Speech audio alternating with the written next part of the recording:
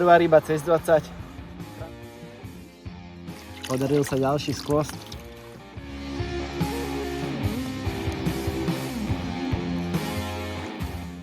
Tentokrát lisec 17,30 kg. Ďalšia ryba 18 kg. Nádhera. Na záver došla takáto bombica. Toto je prvá zahraničná výprava za kaprami. V minulosti už som absolvoval nejaké výpravy do zahraničia a nebolo to kvôli kaprom, bolo to skrz iným rybám, kvôli blackbassom, love z lodi, prívlači a podobne. Takže toto je moja premiéra. Chcel som si dať lov z ďalekého odhodu, takže hneď mi vnikol na pamäť vlastne jazero Tribal, priehrada Tribal. Tak začiatkom roka som si bukol miesta a nastal ten čas vyraziť. Sme tu, ideme to rozbaliť a uvidíme, čo to dá. Na jazere chýba veľké množstvo vody, chýbajú približne 2 metre a stále to klesá. A rátam, že to aj klesať bude, keďže spúšťajú z elektrárne vodu z nejakého dôvodu. Takže ideme s tým bojovať a verím, že niečo pochytáme.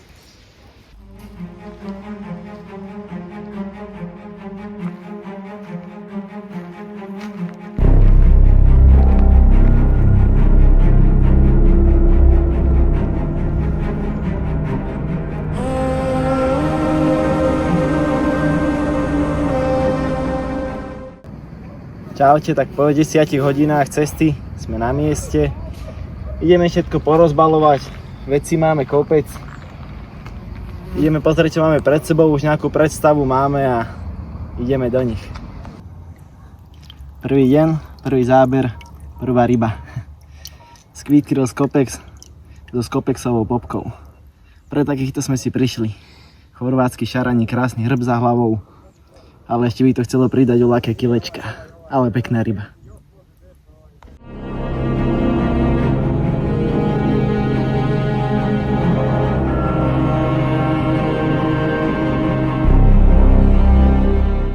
Toto je pre mňa výnimočná ryba a výnimočná je pre mňa tým, že nemá žiadne šupiny.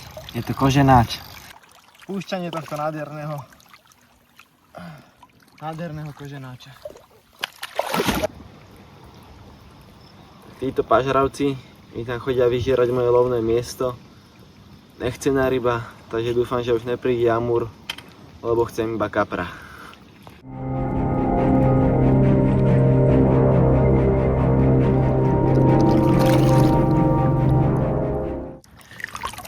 Po dlhšej odmuke prvý záber, ale vôbec to nevadí, rozhodne stojí za to, pretože je to krásna široká ryba, taká gula.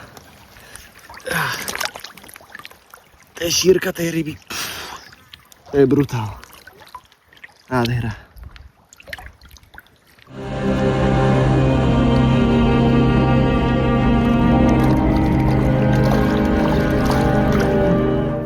Sadni. Dobre. Nebo sa ťa neuvedí sem. Lapku. Daj. Dobrý.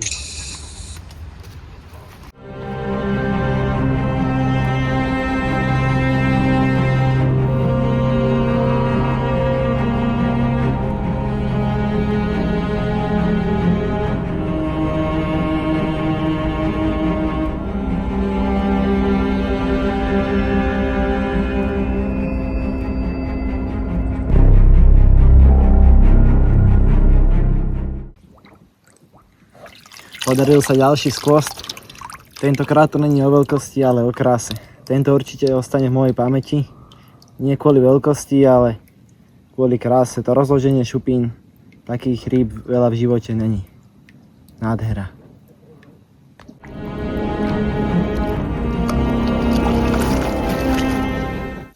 Zotmelo sa. Opäť záber. Tentokrát zase amúr, takže nechcený záber.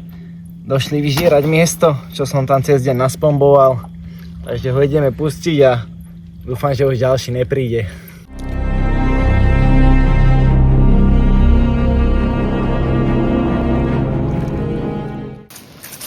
Môžeme si povedať niečo ku taktike. krmenia na tejto výprave. Zvolil som masívne krmenie, preto som siahol po bojlisoch z rady Appetizer v príchuťach Squid, Krill, Scopex, Salmon a Seeking Crab.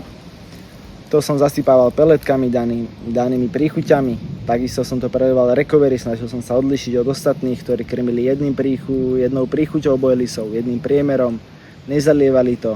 Takže som si vytvoril ako keby svoju cestu a tej som sa držal počas celej výpravy a myslím si, že mi to prinieslo úspech. Spomboval som vlastne na nejakých 120 metrov, tam som vytvoril svoje krmné miesto. Udice som pokladal 10 metrov pred krmné miesto, do krmného miesta a 10 metrov za. Spočiatku mi prichádzali zábery priamo z krmného miesta a neskôr, ako mi ubudali dní z mojej výpravy, prichádzali zábery spoza krmného miesta, kde sa mi darilo odchytávať vlastne aj tie krajšie ryby. Počas celej výpravy som vlastne chytal menší typ nástrah. Boli to Boilies in Deep 20 mm guličky v príchuti Squid, Krill, Scopex, ktoré som zrezával a dával som k nim štvrťku popky, nejako to zvýrazniť, upútať tú rybu vizuálne. Popky som chytal Sunrise, Crazy Spice a Scopex. Tieto tri mi tu najviacej fungovali počas tejto mojej výpravy, takže nebolo čo špekulovať, taktika bola jasná. Ja som lovil krásne kapre. Kapre prichádzali v nepravidelných intervaloch. Jeden na obed, druhý na večer, tretí ráno. Ale všimol som si, že tie väčšie ryby vlastne reagovali na vietor, ktorý sa stupňoval pri zotmievaní a každý deň sa mi podarilo na večer spraviť 1 až 2 krajšie ryby. Sa nám to dobre rozbieha, chodia pravidelné zábery každú hodinku a pol. Ryby nabehli na krmné miesta, čo sa nám páči. Je zamračené, ochladilo sa, trošku fúka, čiže všetko nám hrá do karát a uvidíme, hádam sa podarí aj niečo krajšie. 17 kg 10.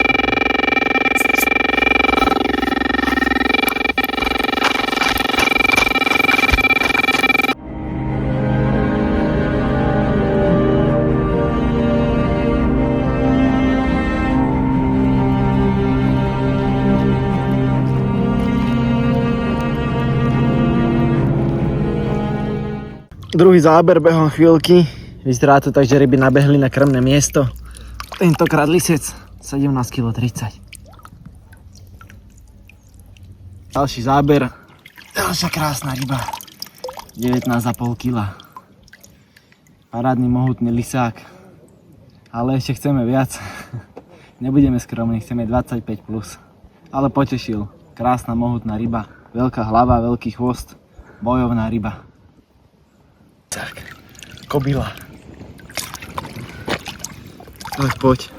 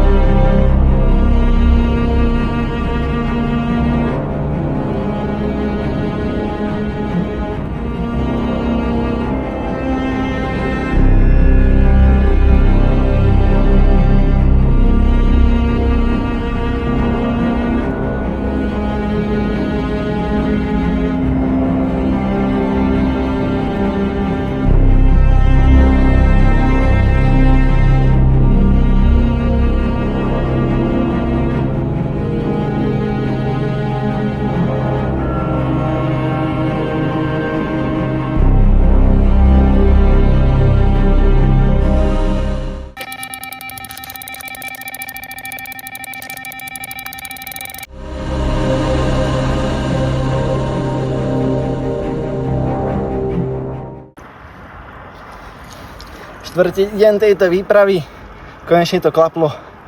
Prvá ryba cez 20, krásny mohutný šupinač, trošku mu chýbajú šupinky, ale krásna ryba, potešil, bojovať aj drak.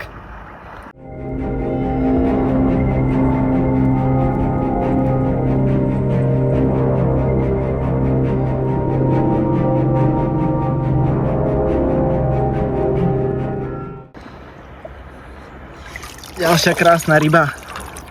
Parádny lisec, ktorý není až tak fotogenický ako ten šupináč. Ale počkej, rovnako. Dobre, poďme ho pustiť.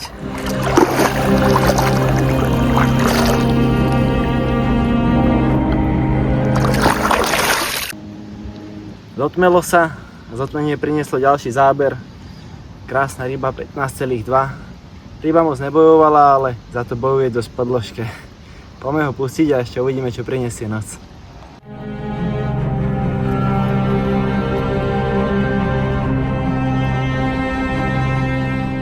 Tak, ako bola noc, kedy išli iba malé, tak teraz je noc, kedy idú iba veľké. Takže ma to teší nesmierne a ideme z toho vyťažiť maximum. Paráda. Behom chvíľky 3 krásne ryby, ako som hovoril. Táto noc je čarovná. Iba veľké ryby. Ďalšia ryba 18 kg. Nádhera. Bojovný šupináč, dlhý. Háda má aj cez meter.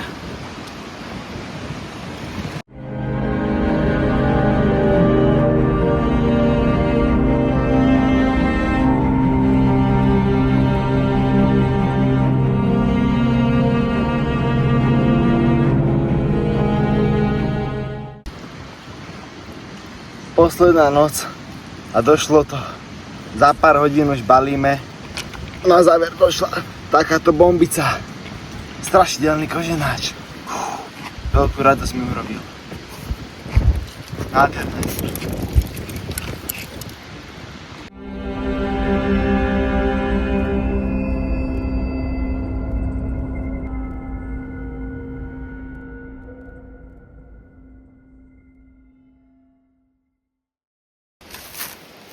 Ako hodnotím túto výpravu?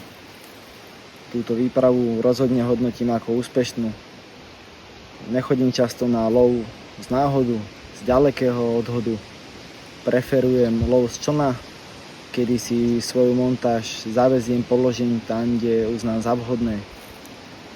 Takže bolo to pre mňa trošku náročnejšie, skrz to hlavne, že 3. 4. deň mi začalo haprovať zápestie, začalo mi v ňom púkať. Píchalo ma v ňom, už som ho mal presilené z toho neustáleho spombovania. Takže už som to natieral aj rôznymi mastičkami. Objazával som to bandážami, spevňoval som si to zápestie, aby som dokázal spombovať toľko ako na začiatku. A preto si myslím, že som bol aj taký úspešný, aký som bol.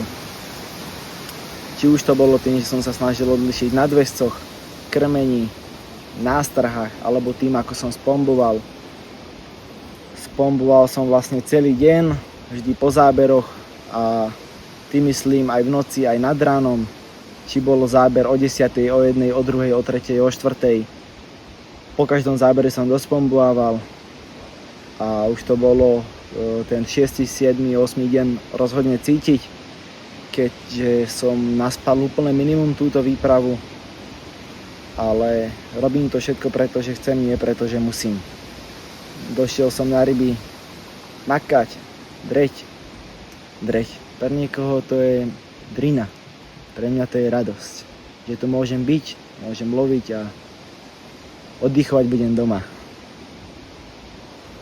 Týmto videom by som chcel poďakovať aj Petrovi, značke Conquer, ktorá mi umožňuje loviť na tieto produkty, nosiť toto oblečenie a celkovo byť zaangažovaný v tejto skupine ľudí, ktorú mám rád a celkovo sú mi to blízki ľudia, či už životným štýlom, love rýb alebo celkovo. Som vďačný, že môžem chytať na tieto produkty, že mám túto možnosť, pretože sú to produkty, ktoré používam už niekoľko rokov vlastne. Skoro od samého začiatku, kedy vznikla táto firma a som s nimi nadmieru spokojný. Ďakujem.